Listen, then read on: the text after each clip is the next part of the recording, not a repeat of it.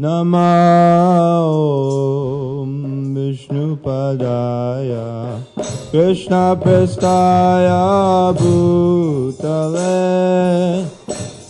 Srimate Bhaktivedanta Swamiti Namine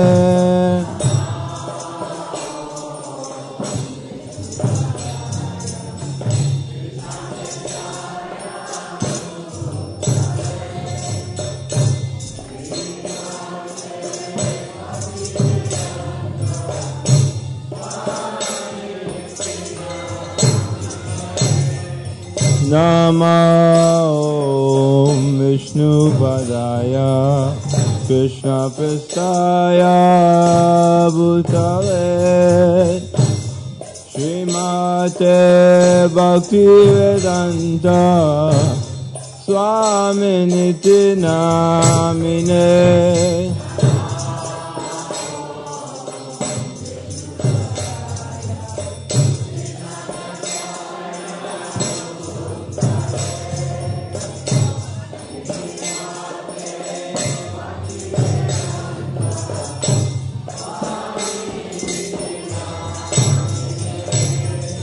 Namaste Saraswati Devi Gauravani Pracharine Nirvisesha Sunyavadi Paschatya Deshatarine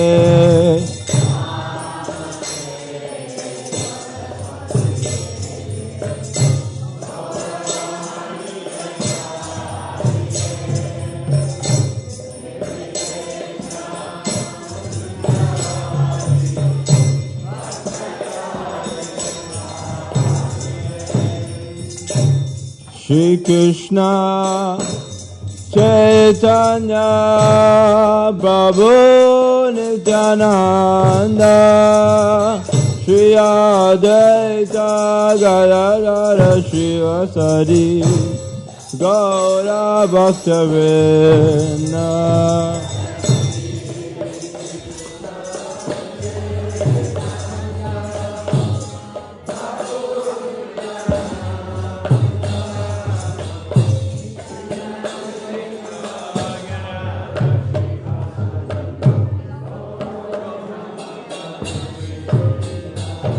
Jai Shri Krishna Chaitanya Prabhu Nityananda Shri Advaita Gadadhara Shivasari Gaura Bhakta-vrinda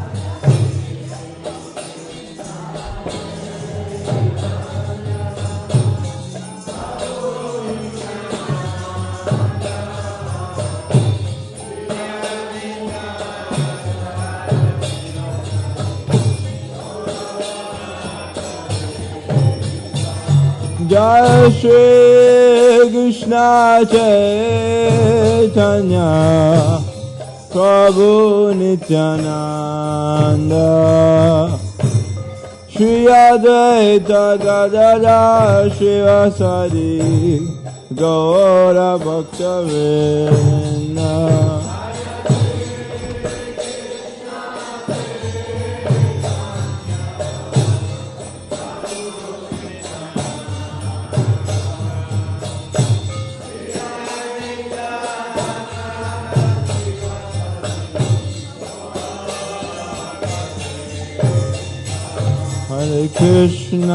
Hare Krishna, Krishna Krishna, Hare Hare, Hare Rama, Rama Rama, Hare Hare.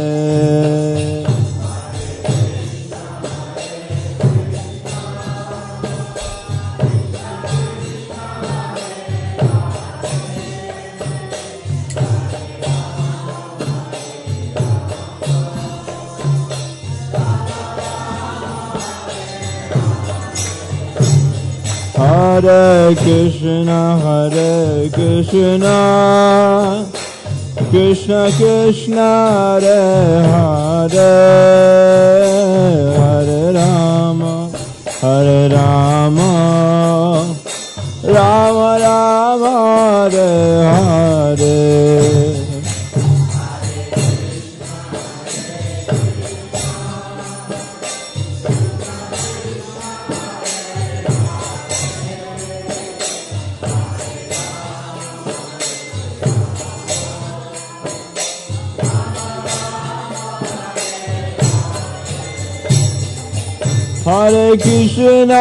Hare Krishna Krishna Krishna Hare Hare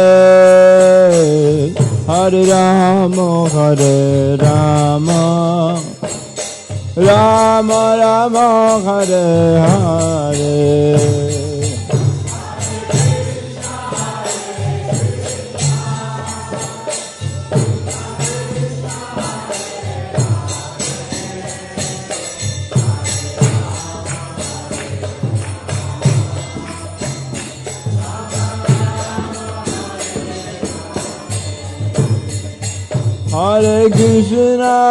Hare Krishna Krishna Krishna Hare Hare Hare Rama Rama Rama Hare Hare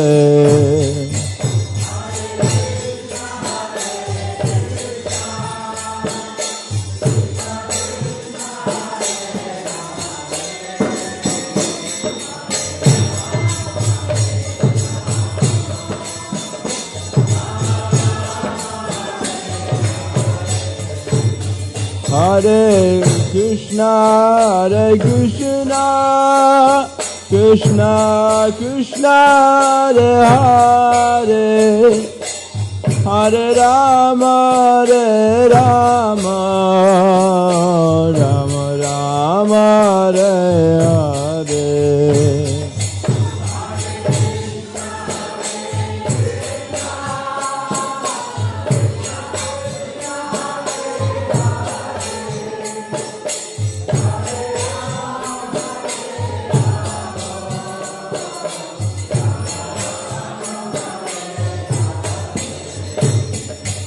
Hare Hare Krishna Krishna Krishna Hare Hare Hare Rama Rama Rama Hare Hare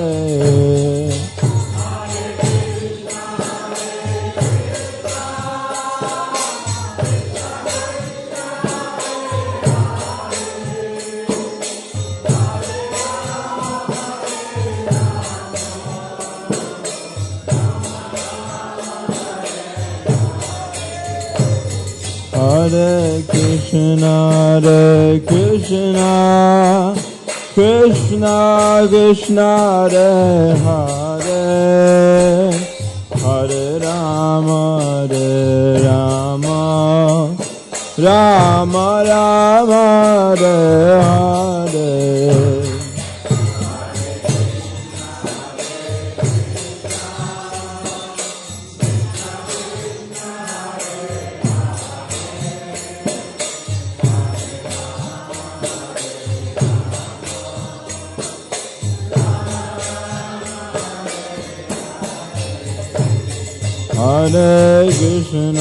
Hare Krishna Krishna Krishna Hare Hare Hare Rama Rama Rama Hare Hare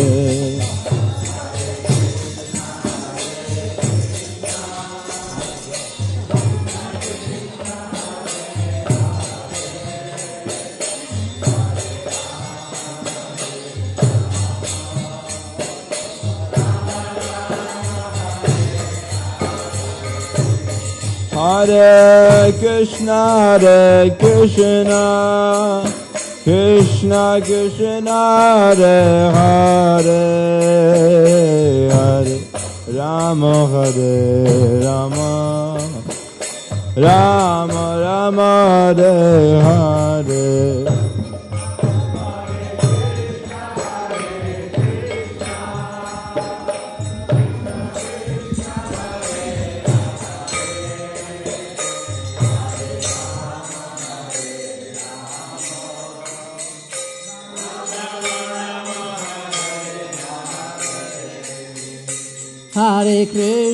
Hare Krishna, Krishna Krishna, Hare Hare, Hare Rama, Rama Rama, Hare Hare.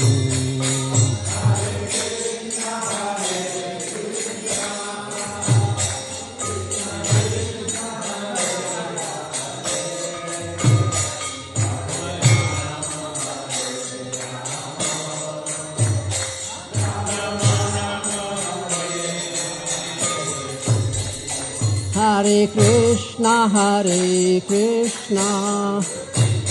Krishna Krishna, Hare Hare, Hare Rama, Rama Rama, Hare Hare.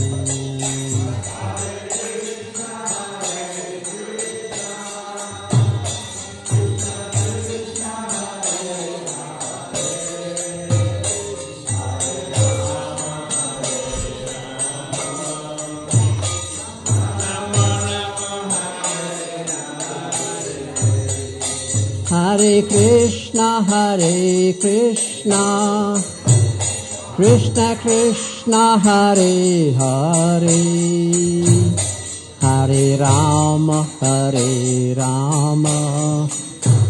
Rama Rama, Hare Hare.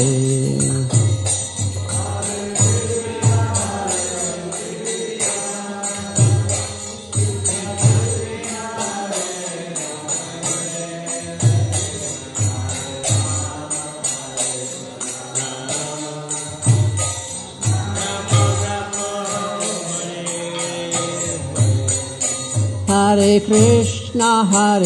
Krishna, Krishna Krishna, Hare Hare, Hare Rama, Rama Rama, Hare Hare.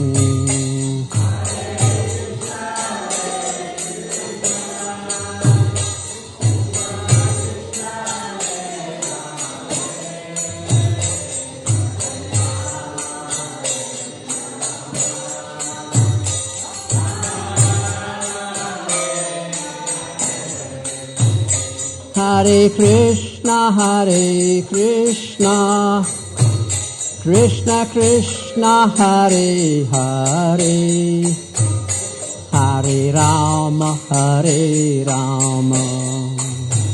Rama Rama, Hare Hare.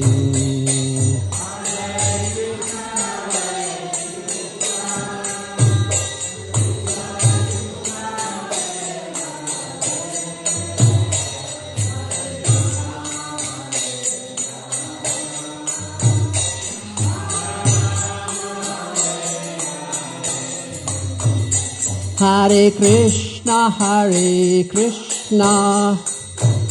Krishna Krishna, Hare Hare, Hare Rama,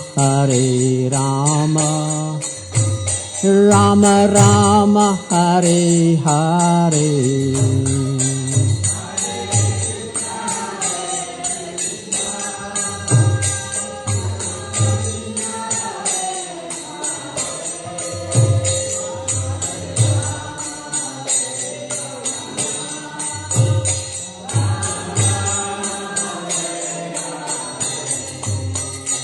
Hare Krishna, Krishna Krishna, Hare Hare, Hare Rama, Rama Rama, Hare Hare.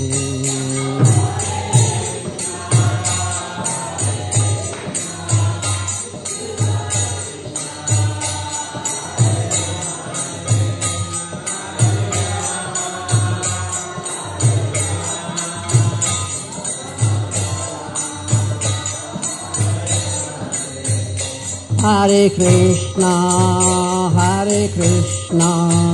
Krishna Krishna, Hare Hare, Hare Rama, Rama Rama, Hare Hare.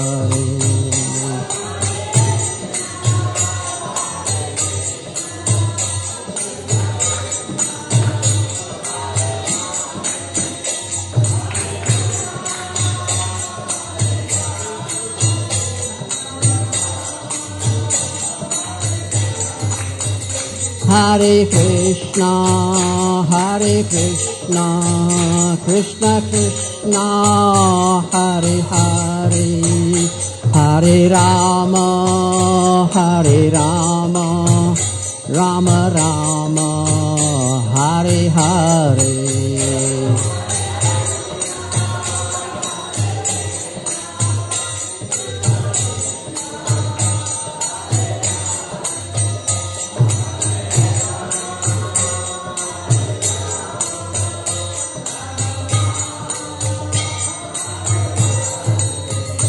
Jaya Radha Shama Sundar Radha Shama Sundar Radhe.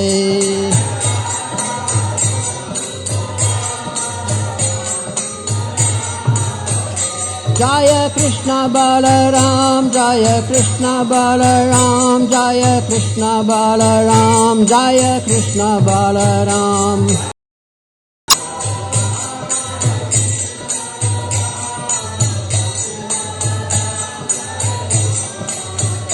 Jaya Gauranitai, Jaya Gauranitai, Jaya Gauranitai, Jaya Gauranitai.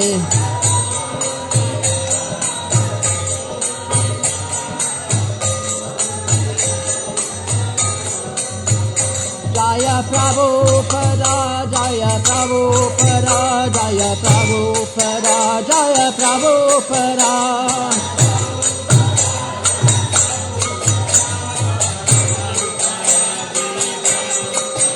Jaya Prabhupada, Jaya Prabhupada, Jaya Prabhupada, Jaya Prabhupada.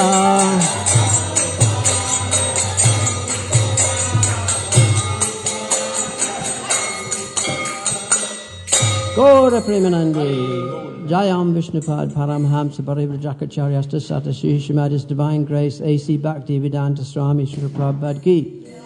Anantakoti Vaishnava Vrinda Ki, ISKCON founder Acharya Srila Prabhupada Ki, Namacharya Sri Haridas Thakur Ki, Prem Seko Sri Krishna Chaitanya Prabhu Nityananda, Jayadvaita Gadadhar Sri Vasadi Gaura Bhakta Vrinda Ki, Shri Shri Radha Krishna Gopa Gopinath Shama Kunda Radha Kunda Giri Govardhan Ki, Vrindavan Dham Ki, Mayapur Dham Ki, Jagannath Puri Dham Ki, Gaura Premanande. All glories to the assembled devotees. All glories to the assembled devotees. All glories to the assembled devotees. All glories to Shri Shri Guru and Shri Gauranga.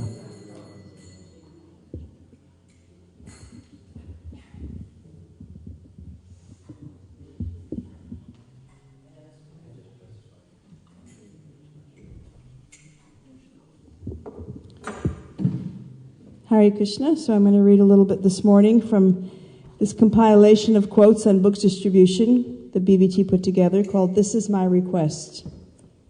This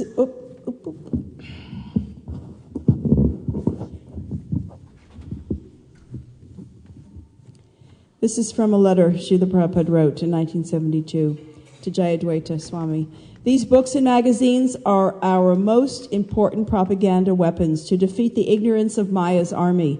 And the more we produce such literature and sell them profusely all over the world, the more we shall deliver the world from the suicide course. So your work is the most important preaching work. May Krishna bless you. Thank you for helping me in this way. He said, if he buys one book, his life may be turned, and that is the best preaching work. There's many more quotes. We'll read some every day.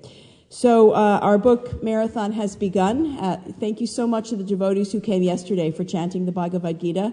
That was very ecstatic. I think there was almost 70 people, including some children who really chanted very nicely too. I heard Gopal loud and clear sitting with his mother chanting. And it took us about 2.5 hours. It was the fastest 2.5 hours of my year chanting Bhagavad Gita. I love it. And it's you get go somewhere else when you do that. It's very nice. Thank you for everyone who came. So today, Kalyapani Prabhu is going to take anyone who would like to, door-to-door book distribution with him. You meet at the parking lot at 3 p.m. Bring a book bag. And he will instruct you and go with you. And it's very, very ecstatic, very fun. And you'll meet nice people there. So thank you to him for doing that. This Saturday is St. Augustine Christmas Parade / Rath Yatra. So this is our winter Rath Yatra in St. Augustine. Lord Jagannath comes out in his cart decorated beautifully with Christmas decorations on it. So we ask as many devotees as possible to come. I'm going to put directions on where to go on the bulletin board for you to take off the bulletin board later today. And we meet down there. We leave from the parking lot at 7 a.m. by caravan. So if you have a vehicle, bring it so we can put people in it. If you don't have a vehicle, come and we'll put you in someone's car. Pack a little lunch because you start out at 7 and you probably wind up finishing the parade at about noon. Okay, we need a lot of cookies for this event. So anyone at all who can make any quantity of cookies, please do so. About 1 inch or 2 inch size, they need to fit in a little bag. And just please bring them to the temple Friday if you can, or early Saturday, any day. Just let me know that you're bringing cookies. I want to mention that if you're a flower garland maker, you may notice that the flowers are starting to get locked up. This is because people are taking more flowers than are ordered for their garlands or for the decorating of the deities. And it's wintertime. We don't have the profuse growing of flowers like we do in the spring and summer in New Ramanreti. Many householders are growing flowers just for the deities and bringing them.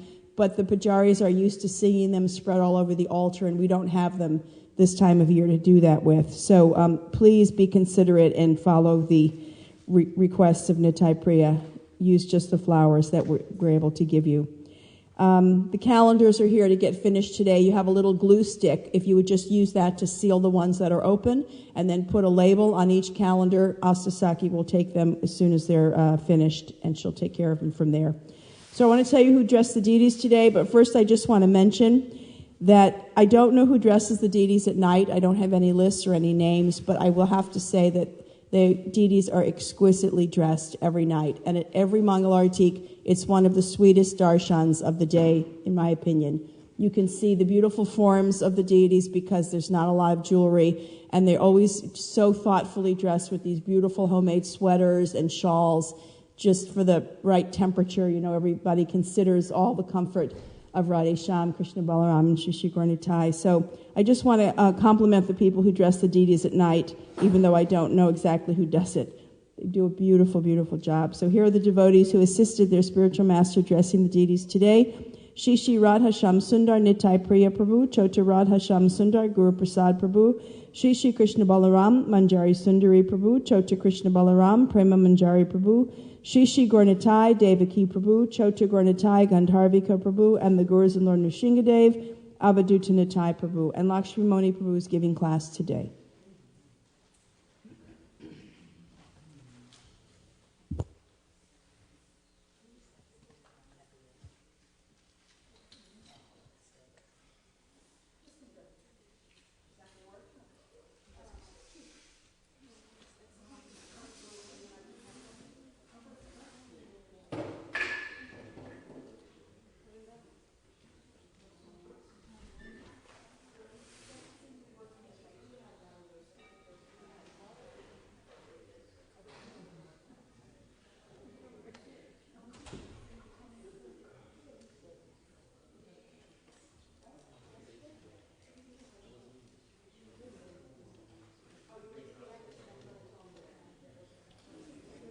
Wasn't very exciting. I mean, it was nice. It was exciting. Huh? Yeah, little ones, please.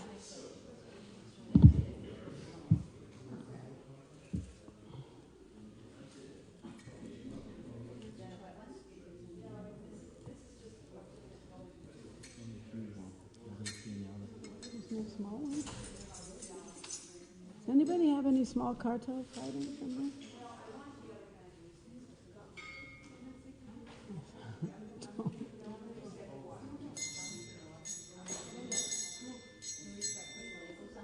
hard to carry these ones. Yeah.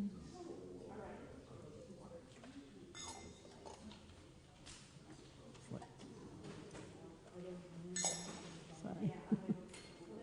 Oh, wonderful. Thank you so much. Colorful.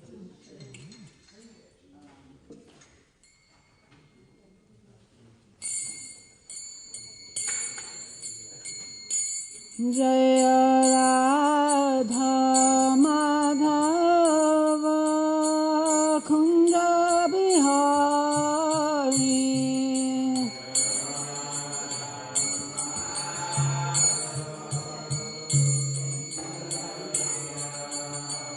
Jaya Radha Madhava Kunja Bihari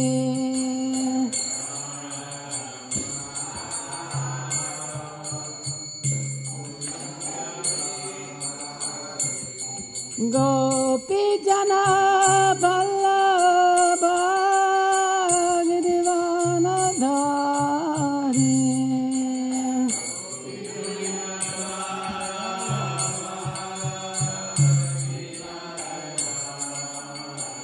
Jaya Gopi Jana Vallabha Girivana Dhari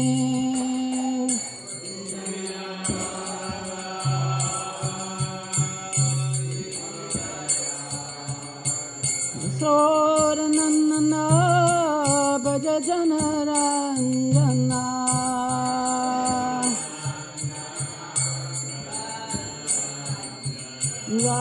Soranana Bhaja Janaranjana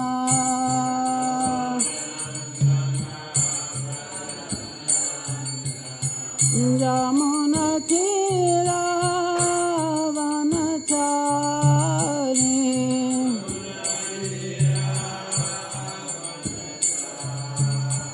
Jamuna Tira Vanachari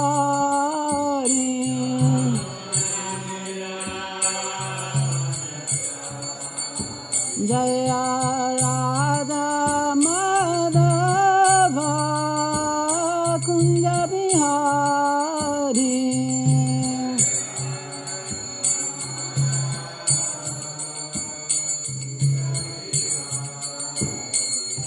Gopi Jana Vallabha Girivana Dhari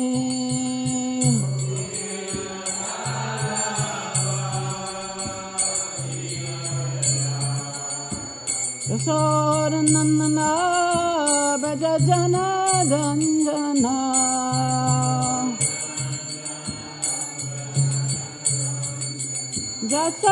Jasodanandana Bhaja Janaranjana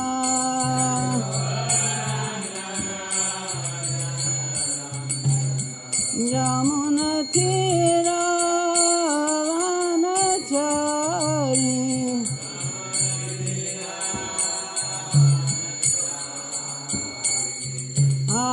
Hare Krishna Hare Krishna Krishna Krishna Hare Hare Hare Rama Hare Rama Rama Rama Hare Hare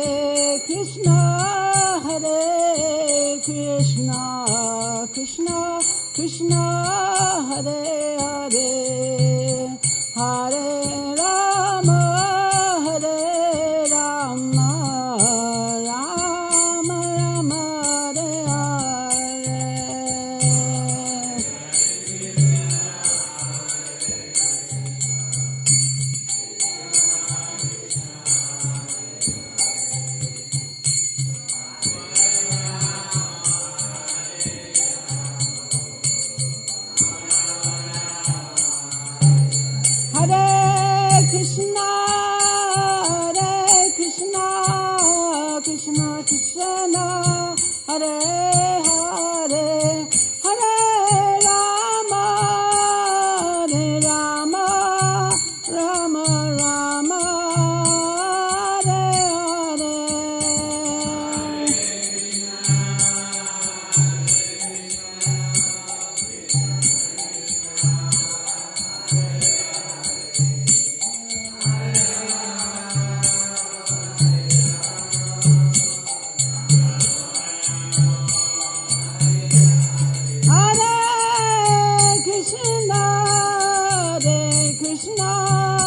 Krishna Krishna, Hare Hare, Hare Rama, Rama Rama, Hare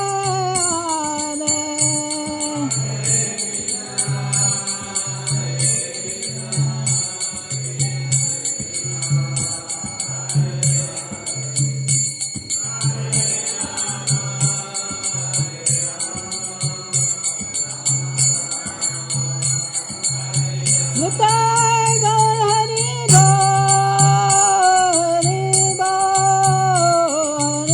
Nitai Gaur Hari Bol.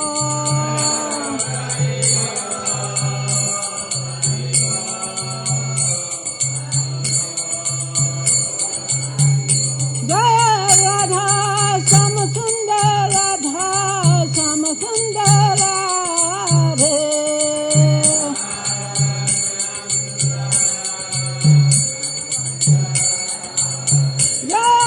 Krishna Balaram, Krishna Balaram, Krishna Balaram, Jaya Krishna Balaram.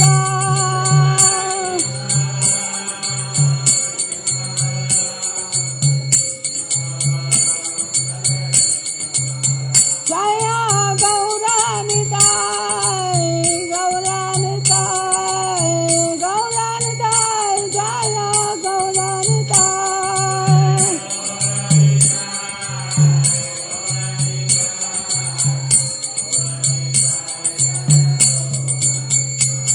Jaya Prabhupada, Prabhupada, Prabhupada, Srila Prabhupada.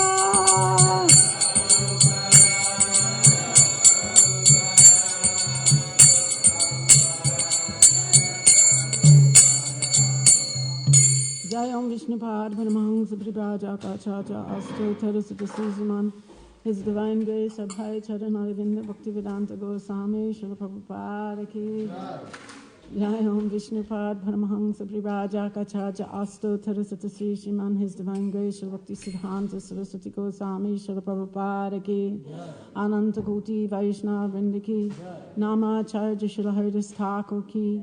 Prem Shikaho Shri Krishna Chaitanya Prabhu Nityananda Shadvaita Gadadhar Srivasadi Gaur Bhakti Vrinda Ki. Shri Shri Radha Krishna Go Gopinath Shama Kunda Radha Kunda Giri Govardhana Ki. Shri Vrindavan Dhama Ki. Shri Navadvip Maya Bodhama Ki. Shri Gangamai Jamuna Mai Ki. Shrimati Tulsi Maharani Ki. Samaveta Bhakti Vrinda Ki. All glories to the assembled devotees. All glories to the assembled devotees. All glories to the assembled devotees. All glories to Sri Guru and Sri Gauranga. Namo Vishnu Padaya Krishna Prasthaya Srimati Bhaktivedanta Swami Namani. Namaste Saraswati Devi Gauravani Pacharani Visheshashamani Paschacharya Sataya. Om Namo Bhagavate Vasudevaya.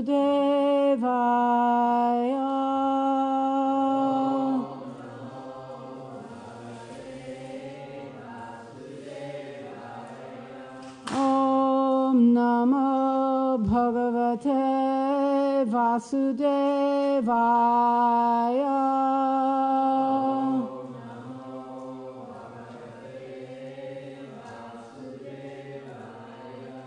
Om Namo Bhagavate Vasudevaya.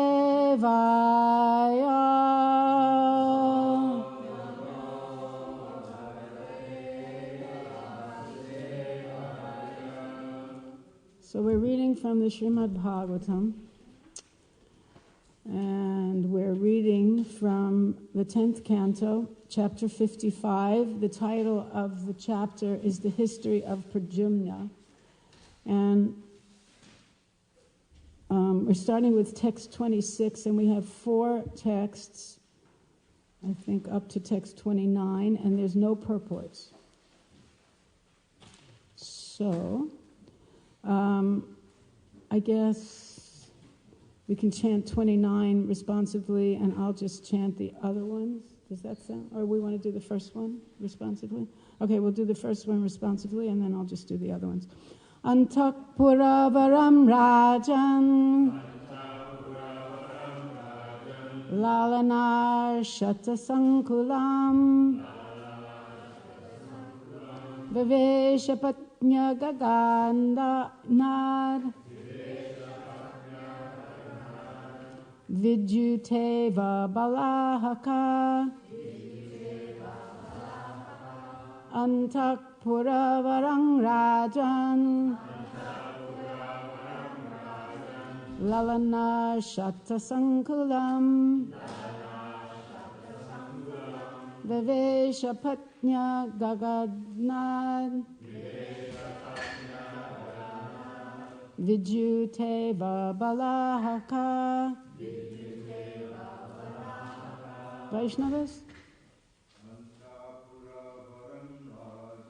Antakpuravarang Rajan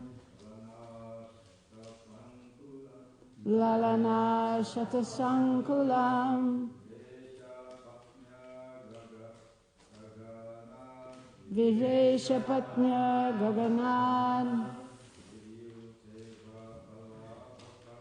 Vidyuteva Balahaka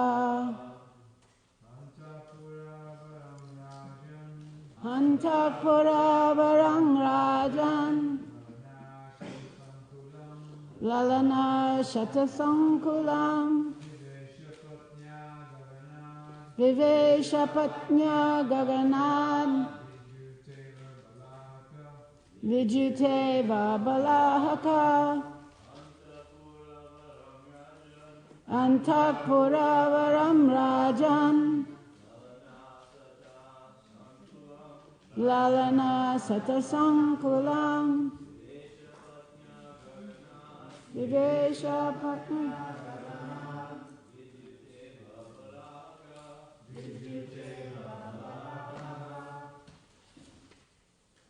Vaishnavis Antakpuravaram Rajan Lalana Shatasankulam Viveshapatnya Gaganad Vidyuteva Balahaka Antakpuravaram Rajan Lalana Shatasankulam Viveshapatnya Gaganad Vidyuteva Balahaka Antapura, the inner palace. Varam, most excellent. Rajan, O king, Parikit. Lalana, lovely women. Shata, with hundreds. Sankulam, crowded. Vivesha, he entered. Patnya, with his wife. Gaganat, from the sky. Vidyuta, with lightning. Iva, as. Balahaka, a cloud. Okay, translation by Srila Prabhupada, by the disciples of Srila Prabhupada. O king, Lord Pradyumna and his wife resembled a cloud accompanied by lightning as they descended from the sky into the inner quarters of Krishna's most excellent palace, which was crowded with lovely women. Text 27 and 28, we can chant together. Tang dvistva jalada shamam pita kosheyavasasam palamba bahum tam raksham susmitam ruchirananam svalankrita mukam bojam nilavakra lala Krishna matva striyo hritya niliyus tatra tatraha. The women of the palace thought he was Lord Krishna when they saw his dark blue complexion and color, the color of a rain cloud, his yellow silk garments, his long arms and red-tinged eyes, his charming lotus face adorned with a pleasing smile, his fine ornaments and his thick, curly blue hair. Thus, the women became bashful and hid themselves here and there. Text 29 together.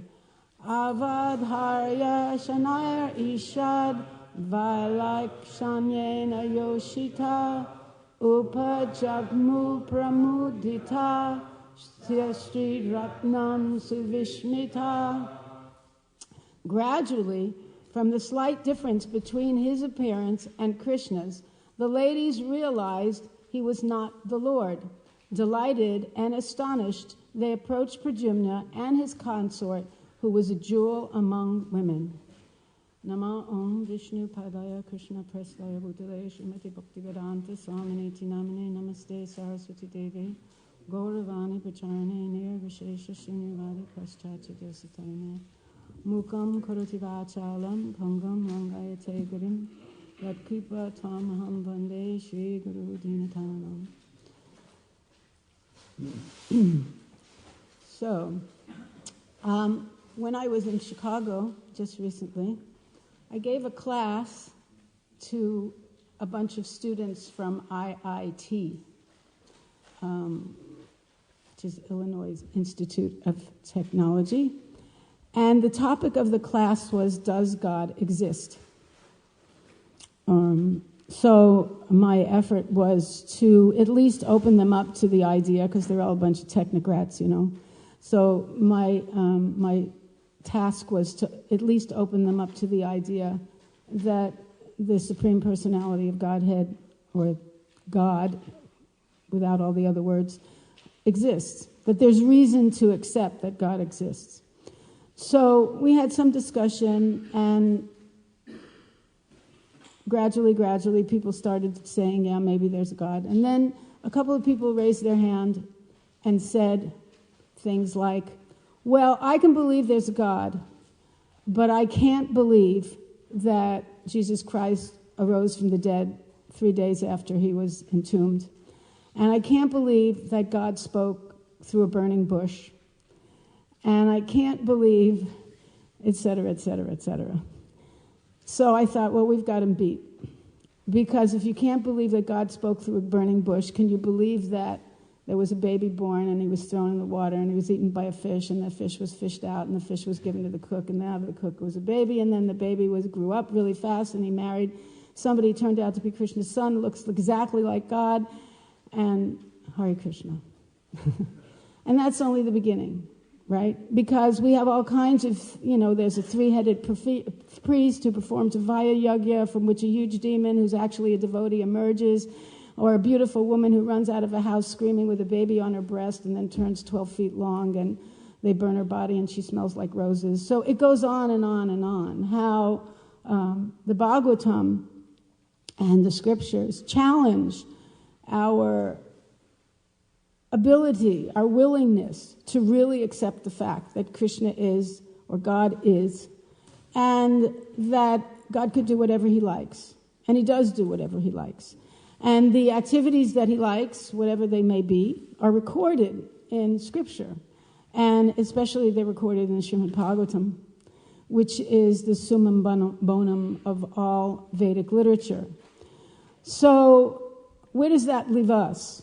And, to actually examine, question deeply, how much or how really deeply do we accept the Srimad Bhagavatam? How much faith do we have in the Srimad Bhagavatam, in these stories, or do we read them? When I actually recently, when I was going to India, I was going through customs in India, and I went through I may have said this in class, I can't remember, somewhere I said it in class, that I went through the customs, and the person who was the customs inspector, immigration, looked at my passport, and he looked at me, and he knew I was a Hare Krishna devotee, probably going to Vrindavan.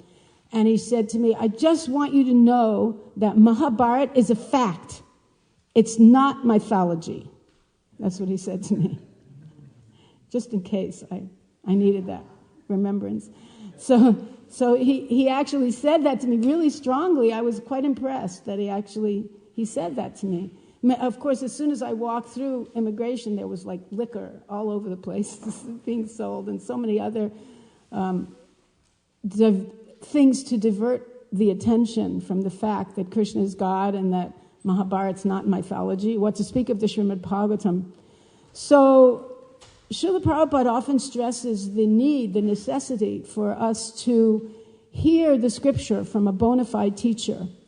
Because unless we have an anchor, unless we have somebody who is qualified and who knows the truth because he's seen the truth, and he can help us to develop a faithful connection. Parampara is actually a faithful connection of one person surrendering to another, and one person surrendering to another, and one person surrendering to another, and ultimately connecting us to the Supreme Personality of Godhead. It's just not a formal connection where you get your beads and you get your name and you sit before a fire and throw grains in. It's actually a development of trust and faith in somebody so that you can actually go and say, now I'm a soul surrendered unto you. Please instruct me. And then the spiritual master takes that surrender, and because that person is qualified, and because that person is trustworthy, and because that person is also connected by a faithful connection to somebody who has those qualifications, then the chain of disciplic succession is successful, and one becomes connected to the Supreme Personality of Godhead.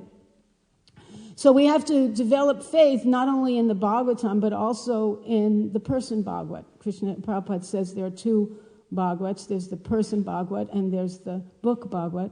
And we have to develop faith in both. In order to have faith in one, we have to have faith in the other. If faith is damaged, it's a very, very difficult commodity to repair. Once faith is cracked, you can't use crazy glue to fix it. It's really hard to stick it back together in such a way that will stay together, because faith is very, very easily damaged and very, very difficult to repair.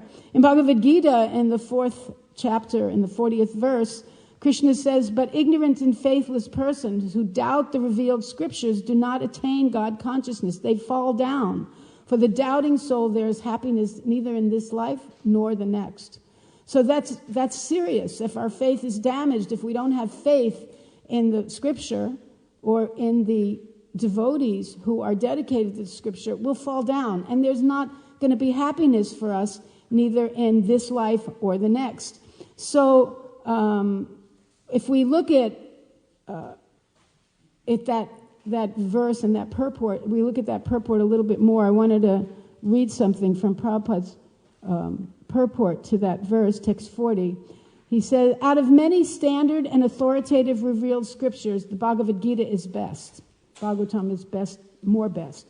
Persons who are almost like animals have no faith in or knowledge of the standard revealed scriptures.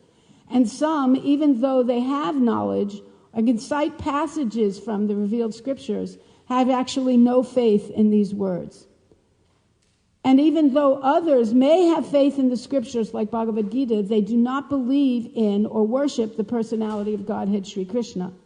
Such persons cannot have any standing in Krishna consciousness. They fall down. Out of all the above mentioned persons, those who have no faith and are always doubtful make no progress at all. But men without faith in God and his revealed scriptures find no good in the world nor in the next. So, without firm faith. So Vishwanath Chakravarti Thakur, in his discussion on this verse, he also divides these these three very clearly, that someone has no faith at all, he's like an animal, and the Ashradhana, he has knowledge of Shastra, but he's seen so many different conflicts in Shastra, so many different opinions, and he has so many different, he sees so many people that aren't qualified, not only in his own scripture, but in other scriptures, that he loses, he doesn't really have faith in religion. You notice that? If you go into a room of students and you ask them how many people believe in spirituality, most of them will raise their hand. If you ask them how many people believe in religion, none of them will raise their hand. Because they've become so jaded and so burnt out, to use a colloquial expression, on the idea that religious practice can actually take us to a spiritual place. They see it as rather a diversion, as something that keeps us, almost a blockage that keeps us away from spiritual life.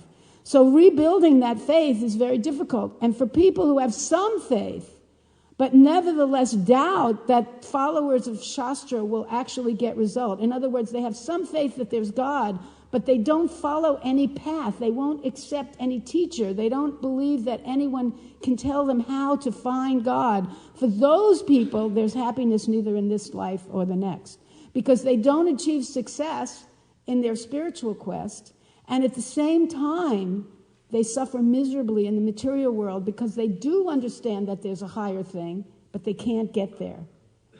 So for them, there's happiness neither in this life or the next. And they have no hope. They have no optimism. They see the world as full of people committing jihad and uncomfortable things and in the name of religion. And so even though they know there's something higher, they can't put their faith anywhere. They can't put their faith anywhere. So, but we understand that faith depends on our full acceptance, our surrender to Guru and Shastra. And we're living in a world which is basically determined to destroy faith in anything. They actually, some, not theologians, but psychologists, they call this the fear generation. That because we're so plugged in to media, specifically phones and Guru, we're programmed to be fearful of everything, right? We don't trust anything. We don't trust what we eat. We don't trust what we drink. We don't trust anything. Everything is contaminated. Everything is adulterated. And the news that we get, so what's the news? We never get news that matters, and we get conflicting news, right?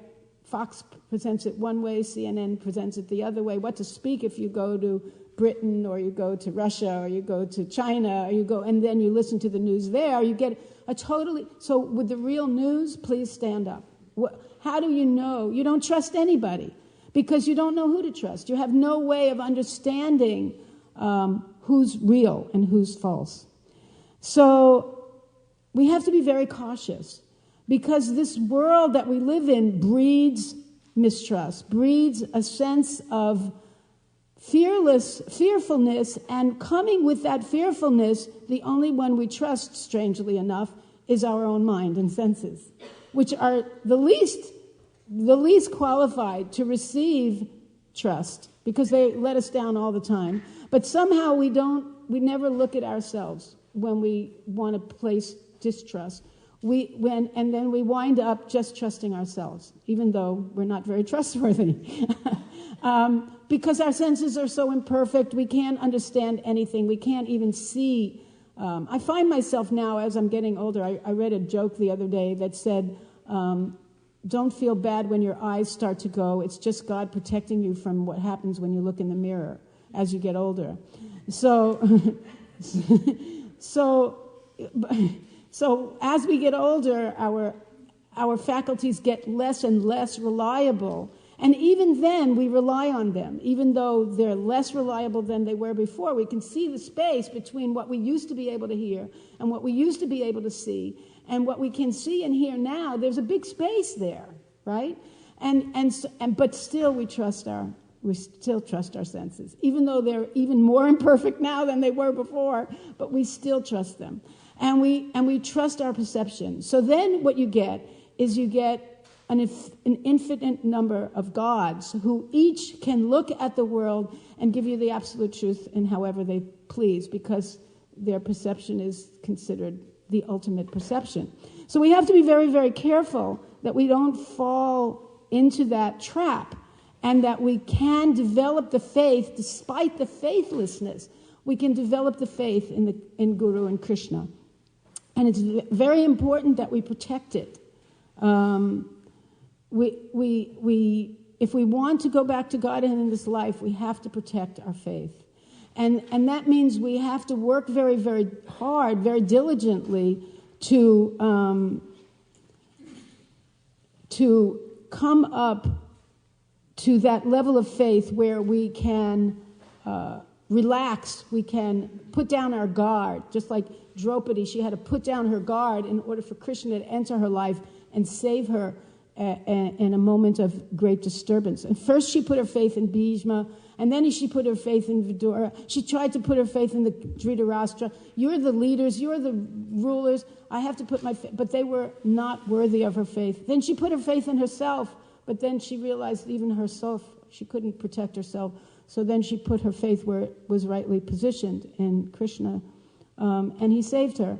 Bhaktivinoda Thakur, in an essay on Putana, published in the 1932 version of the Harmonists, he speaks of this inclination to not have faith, or the inclination of society to destroy faith, as the Putana mentality. And he gives the example of how Kamsa, desiring to put everybody have faith in him, he instilled fear in everybody else. And he hired people like Putana, who in the guise of very beautiful people, like Putana, disguised herself as a beautiful woman, and everybody trusted her because she was beautiful. That was her qualification. They didn't listen to her speak. They didn't see her activities. They just thought that she was really attractive. And because she was attractive, they put their faith in her. And then what was she? She was a Ketcheri witch who was trying to kill babies. So Bhaktivinoda Thakur equates those Putana-like persons to the religionists, the clergy, and the philosophers of this day and age. That those people are dressed up very nice. They have lots of letters after their name, and they're famous, and they publish books, and they get applause when they give a lecture, and people go hear them by the hundreds. If hundreds of people listen to him, he must know what he's talking about. The unfortunate thing is hundreds of people listen to everybody, and they don't know what they're talking about. So these Putana-like persons, they poison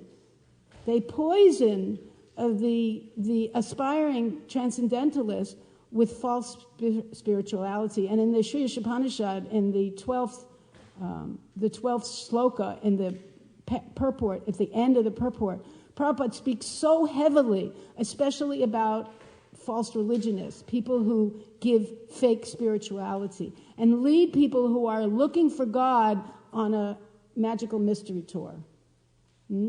On a magical mystery tour to try to find a God where he isn't. And it's quite deliberate. It's quite deliberate. So we have to understand that the Shastra is multidimensional. It has a lot of different facets. It teaches us different lessons in different ways, sometimes by allegory, sometimes by analogy, sometimes by prayer, sometimes by examples, sometimes by stories, and sometimes by experiences. The Bhagavatam and the Shastra in general takes us into different realms of spiritual understanding, all designed to ultimately build and support the faith of those who are sincere in their spiritual quest. If someone is insincere, they'll be knocked out somewhere along the way. It's like a series of tests, and you go through the first one, the second one, the third one, and then like Prabhupada, when he was looking at all the sweet balls, the ones that were too big, he would go like this and knock them out of the line.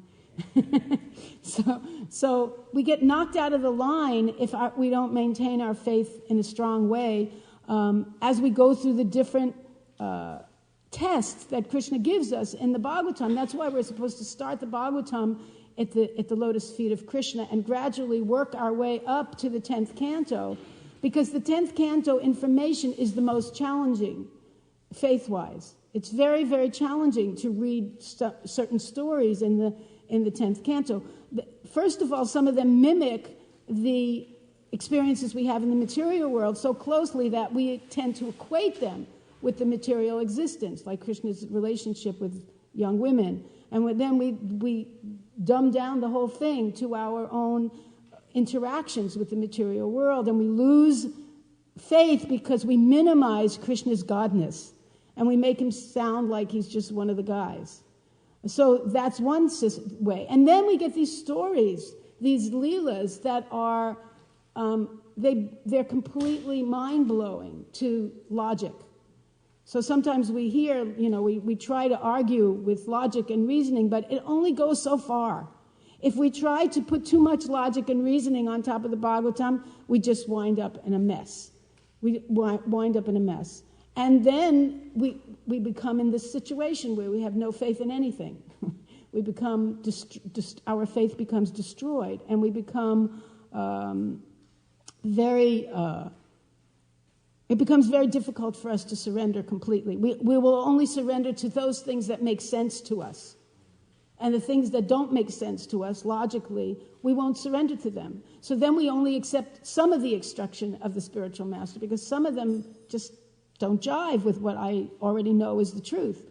So that's why Srila Prabhupada says that we have to appear as a fool before the spiritual master. When we come before the spiritual master, we have to have the idea in our head that we don't know anything. Blank slate. And Srila Prabhupada writes on that slate. The Bhagavatam writes on that slate. And now, because we live in this time and this age, that sounds very dangerous. As we hear that, the mind says, whoa, wait a minute, blank slate, surrender, forget it. We can't do that. If I surrender completely, what's going to happen? I'm going to get cheated. I'm going to get abused. I'm going to get beaten up. And then especially when it does happen occasionally, that even tests us further to see if we'll go beyond, if we'll keep going, even though there's an accident on the royal road. So Prabhupada gives us some instruction how to build our faith, because other people are trying systematically to destroy our faith. So we have to work very diligently to keep Prabhupada's instructions very, very meticulously in the forefront of our lives. And as we live them, as we practice them, even when it's difficult, even when we push ourselves through hard times, through situations where we're challenged, then we begin to see what Prabhupada meant and how things work, and our faith becomes strong. But the faith building is a gradual process, and we have to keep moving forward with it until our faith becomes strong. This requires that we have these qualities of conviction of success and patience and enthusiasm that are mentioned in the Nectar of Instruction as being essential qualities for making our spiritual advancement. If we don't have that conviction, that faith, that determination and that enthusiasm to go on, even when the material world throws something at us and we think, oh my God, maybe it's not working, maybe I'm not I have people write all the time, I get letters from Krishna.com, I'm chanting Hare Krishna, but I'm still in material trouble. My bank account, I'm still being audited. My family is still, not doing what I want them to do. I'm not sure this process works. I'm chanting Hare Krishna, but I'm not sure this process works.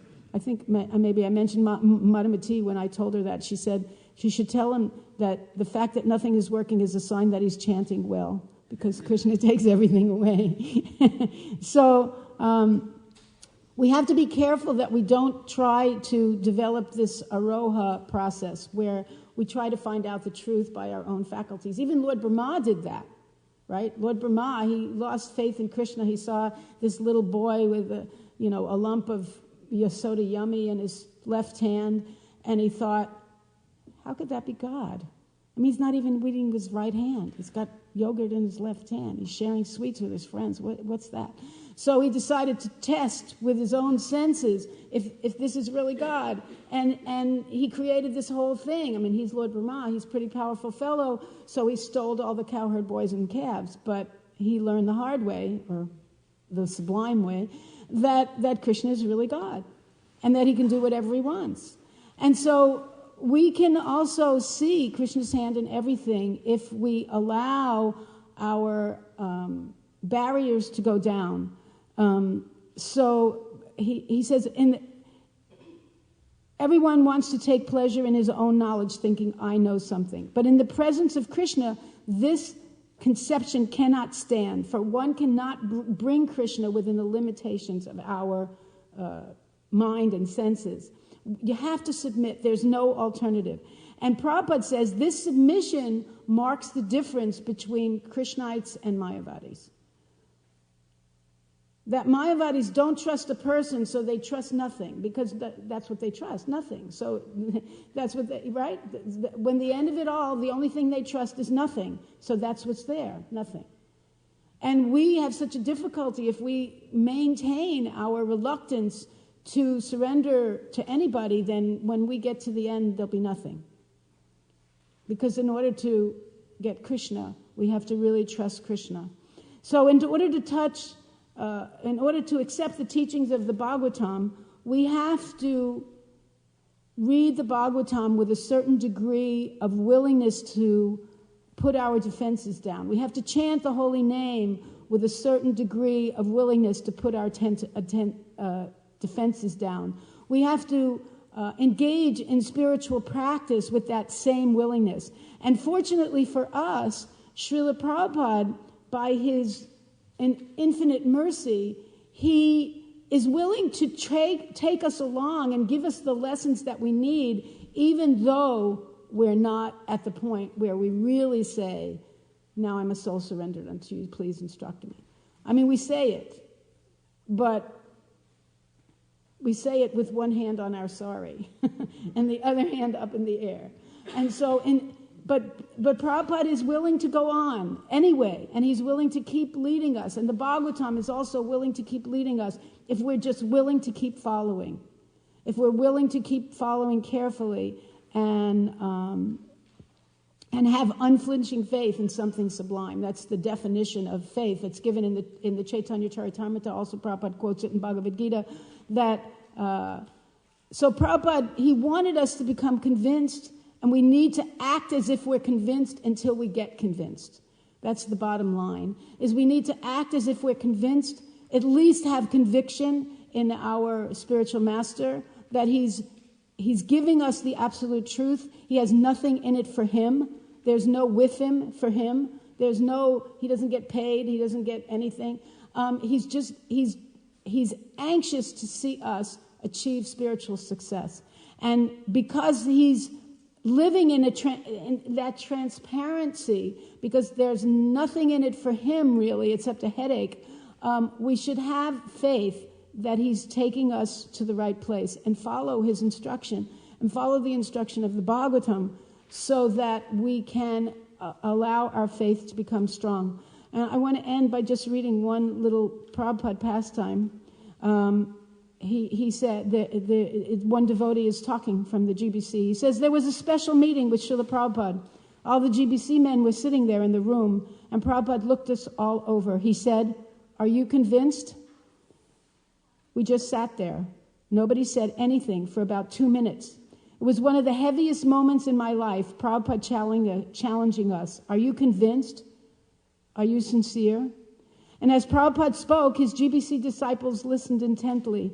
As far as I'm concerned, he said, I am convinced, and therefore I am pushing on. It is a fact. I am pushing on because it is a fact, not fiction. That much I am personally convinced.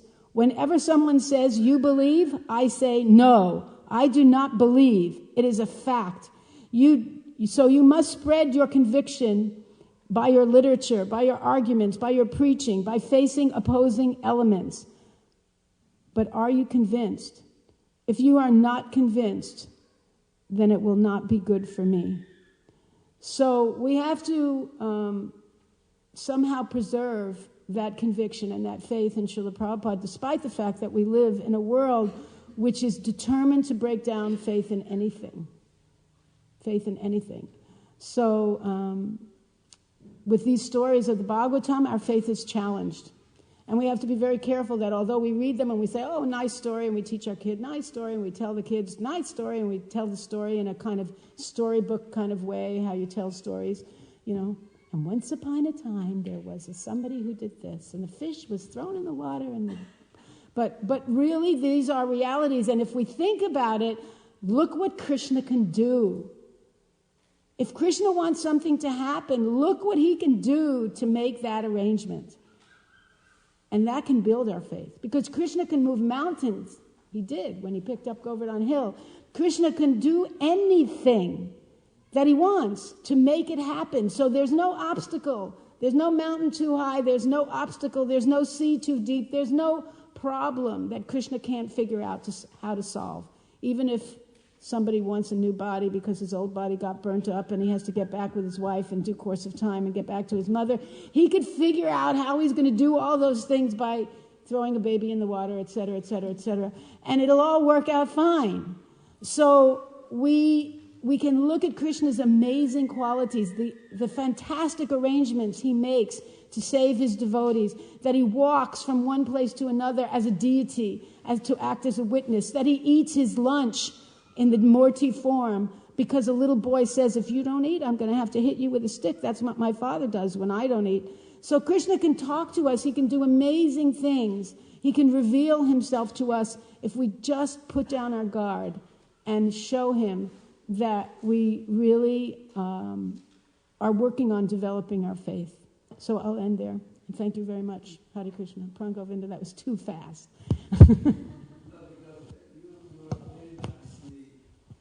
Spoke, but I had a little bit of concern. I always wanted to understand this deeper. That you said,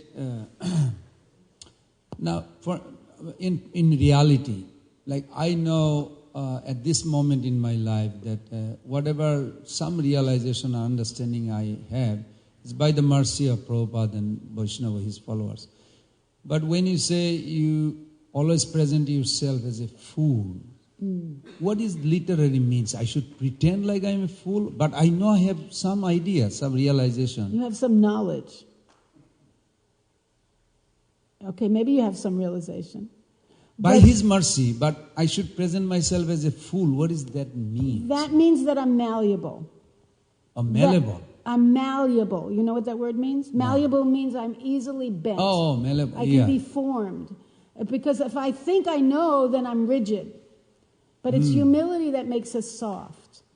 And so then the spiritual master can show us how even what we know, even our realization may not apply in this circumstance. There may be something that happens in our life, some story that we have a wrong understanding, and we'll be willing to listen. We'll be able to be shaped by the spiritual master. He can take us and he can put us wherever he wants, into any situation, train us up, and our knowledge won't get in the way. That's what the Prabhupada tells that story of the violin teacher who tells the violinist that trained for years, I'll charge you more, and the one who doesn't know anything, I'll tell you.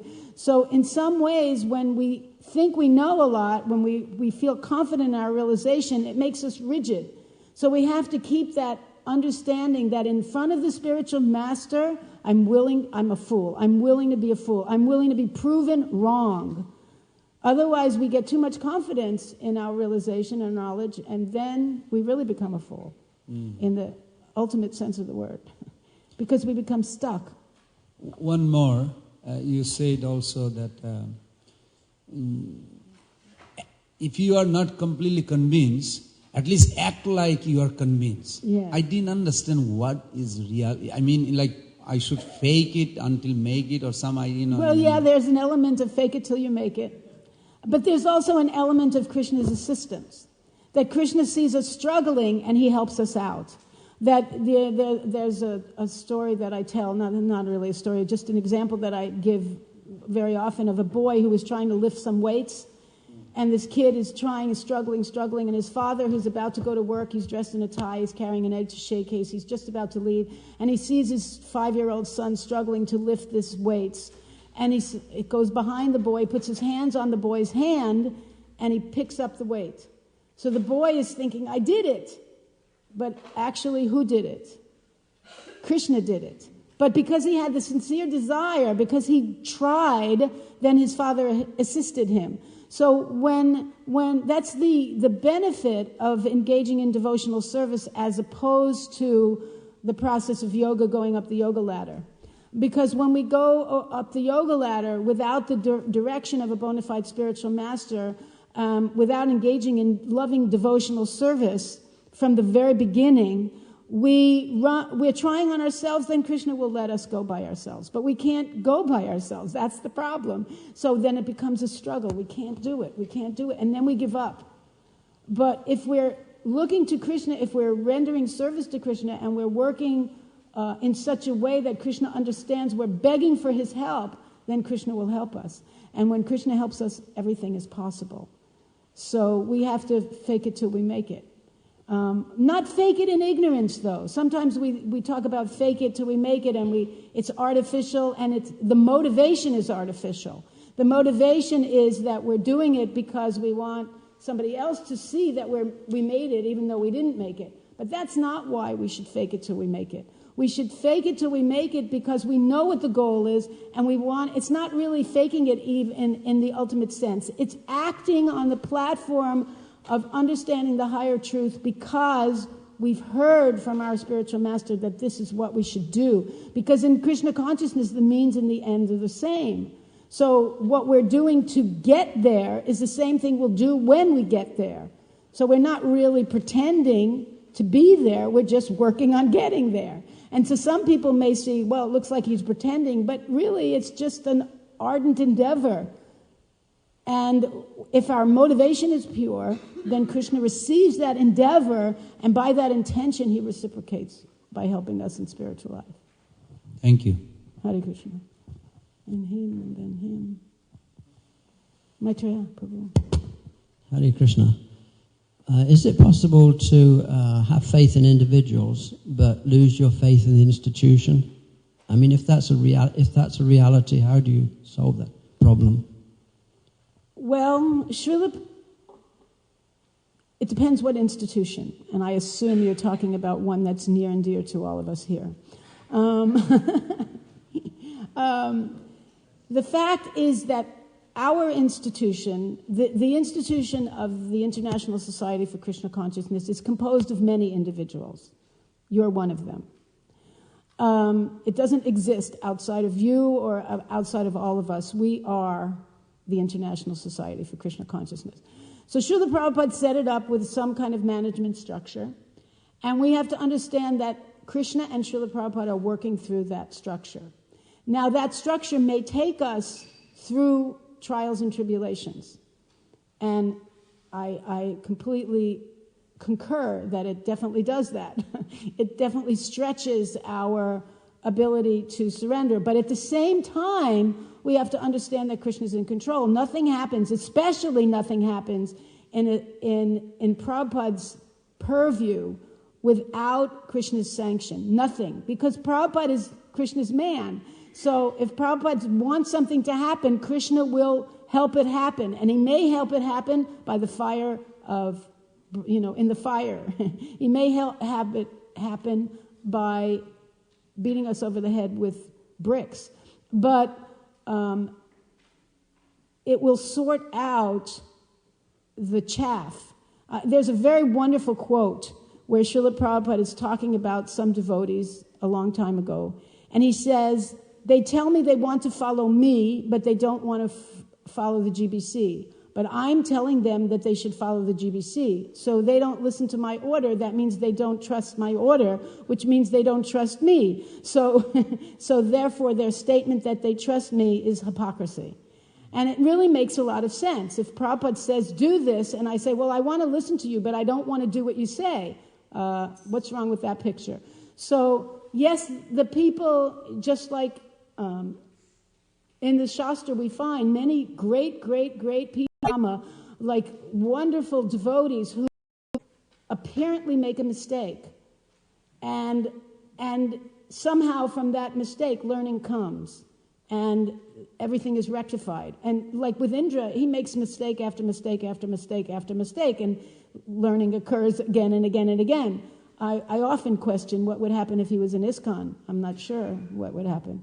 It would be very difficult. But the fact is that we can't forget that Prabhupada and Krishna are working on us through the International Society for Krishna Consciousness. And part of what we have to do to chant Hare Krishna is not to minimize the order of the spiritual master. His order was to work together to make this movement move forward. And just the act of working together is a lesson in how to engage in pure devotional service. It's not easy. We have to do it. Hare Krishna. Kalyapani Prabhu. Hare Krishna. What did you answer to those Christians, those students who didn't believe in miracles? Well, we showed them some miracles that they do believe in, and some apparent not miracles in the part of the people that they do believe in. They put their faith in something. Everybody tries to put their faith in something. So the question is, who's got more right to your faith? So it was a discussion. I engaged them, because people like that I can't lecture to. Why am I? I'm not a professor, PhD. Who am I? So I engaged them in speaking, and they came to the conclusion that religious practice, has benefits for spiritual life. And they all agreed that there is a supreme being. And then we talked about their qualities, and then we had to eat prasadam. But they went from a point of no faith to considering that there might be benefit in looking at spirituality through the framework of religious guidelines. And I thought that was progress, so I was happy with that. I can show you I have the whole thing that I took them through. Who? Oh, over there, okay. You're saying our faith. Take the microphone. Our faith has to be strong, yes. So we don't waver. But at the same time, you're saying we have to be malleable. So not our faith malleable. The faith. Our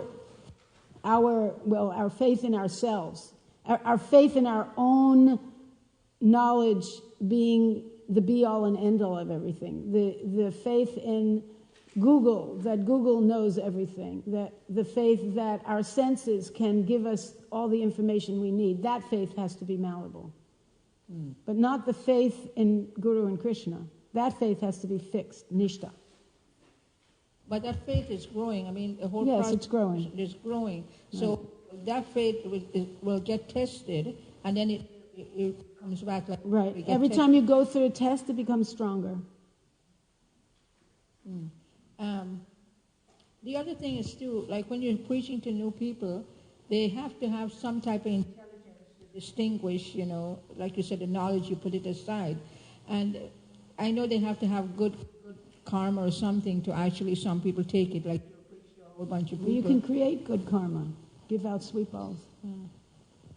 Yeah, because sometimes if they don't have any intelligence whatsoever, you can't even talk to them. But yeah, but you can create that by giving them prasadam. It's the secret weapon. Okay, because this faith is completely on another level. It's not. Well, plus you have to understand they're innocent people, and many of them are innocent people, and they live in a society which is dedicated to destruction of faith. The government has a purpose to destroy faith.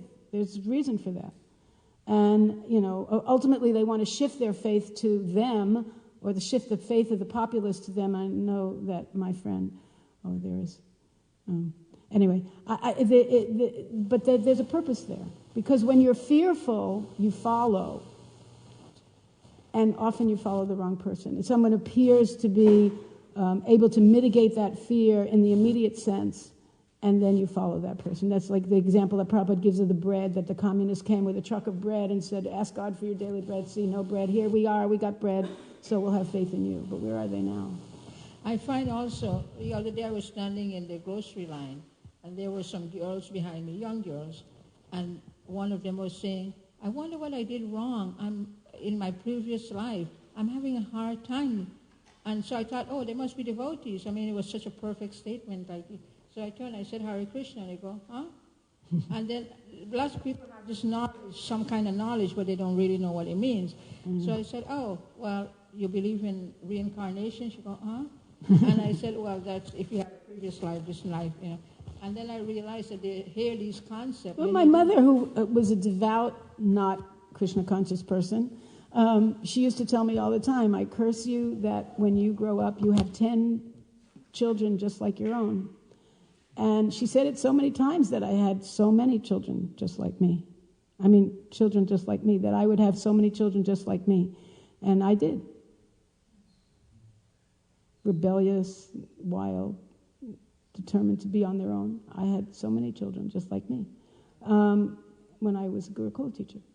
So you know, my mother wasn't a devotee, but she, inadvertently, she was confirming reincarnation when she said, I hope you get, you know, children just like you're doing, you'll get the reaction. You'll get the same thing in your life.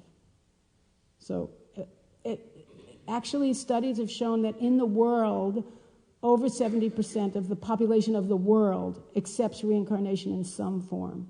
Maybe they don't articulate it, but they accept it. Yes. Last question, because we have to end. Thank you. You were talking. I was thinking about Srila Bhaktisiddhanta's society that he established, which was a great preaching tool. He did great, just magnanimous service through it. And then when he passed away, the whole thing fell apart. And Prabhupada, knowing this, he emphasized that ISKCON had a certain, that we should be faithful to the institution. And I don't think that he didn't know that all the inconsistencies or disagreements or whatever might be there. But he did know that if we stayed together and if we worked as a unit, then the preaching and Lord Chaitanya's mission would go on in such a great capacity that there was no need to find fault with the society, even though there may be so-called faults there. Well, yes, that's definitely true. And also, if we please Lord Chaitanya, then Lord Chaitanya has reason, or inspiration, I should say, to facilitate the growth and existence and maturity of that society. So it helps us and it helps others.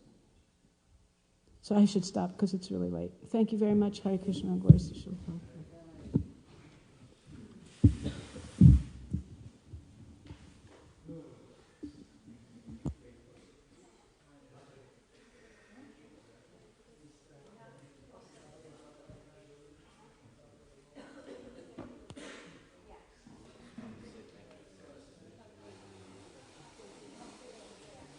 One thing I just thought of is that if we don't put faith in the institution, we put faith in, fill in the blank, the Bhagavatam and Krishna, but as interpreted by me. Or, ultimately what I'm doing is putting faith in me. If I don't put faith in somebody else, I say they're not qualified, that means I'm qualified.